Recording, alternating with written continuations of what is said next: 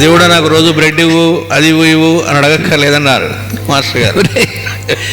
వాడు అదేమిటి సార్, నువ్వు నాకు ఇవ్వు అని అడిగేటువంటి స్థితికి నువ్వు అంత ఏజ్కి వచ్చిన తర్వాత నీకు ఇవ్వాలని అడుగుతున్నావు. అంతకు ముందు నుంచి పుట్టించింది ఎవడు, పుట్టినప్పుడే నీకు రక్షిస్తుంది ఎవడు, నువ్వు అడిగితే కానీ కూడా ఎందుకు అదా దేవుడు ఇంపెందుకు? నువ్వు చేయాల్సిన పని నువ్వు చేస్తే నీకు వస్తుంది. ఆ నమ్మకం ఉండాలి, ఆ ధైర్యం ఉండాలి, అదే అనమాట. అందుకే ప్రాధేయపడాల్సిన అవసరం లేదు. ఇట్లు ప్రవర్తించున్న చక్రమునందు తాను సహకరించుటకు, ఇక్కడ ఉంది రహస్యం అంతా, సహకరించుటకు ఇష్టము లేని సోమరి ఒక్కడే ఇతరులను ఆశ్రయించి బ్రతకవలసి వచ్చును. అందుకని ప్రతి ఒక్కళ్ళు కూడా వాడు పని చేస్తూ ఉండాలి. ఆ పని కూడా తన కోసం తాను చేసుకోవడం కాకుండా పని చేస్తూ ఉండడం, అంటే అందరితో కలిసి అయినటువంటిది ఇంప్లాయిడ్.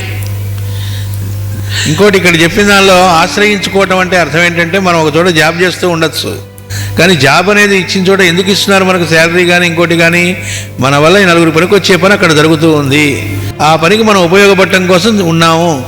పరస్పరత్వం, దానివల్ల మనం బ్రతుకుతున్నాం. నిజానికి బ్రతుకుతుంది పరస్పరత్వం వల్లే. మాస్టర్ అన్నారు, నువ్వు లెక్చరర్ అనుకో, రోజు నీ ఇంట్లో నీ పిల్లలకో గోడకో పాఠం చెబితే ఎవరైనా శాలరీ ఇస్తారా అని అడిగారు. నువ్వు వెళ్ళి ఇంకో చోట పాఠం చెబుతూ ఉంటే నీకు వస్తూ ఉంది, అంటే ఇంకోటికి నువ్వు ఉపయోగపడటం వల్లే నువ్వు బ్రతుకుతూ ఉన్నావు. సృష్టి ధర్మం అదే జరుగుతూ ఉంది.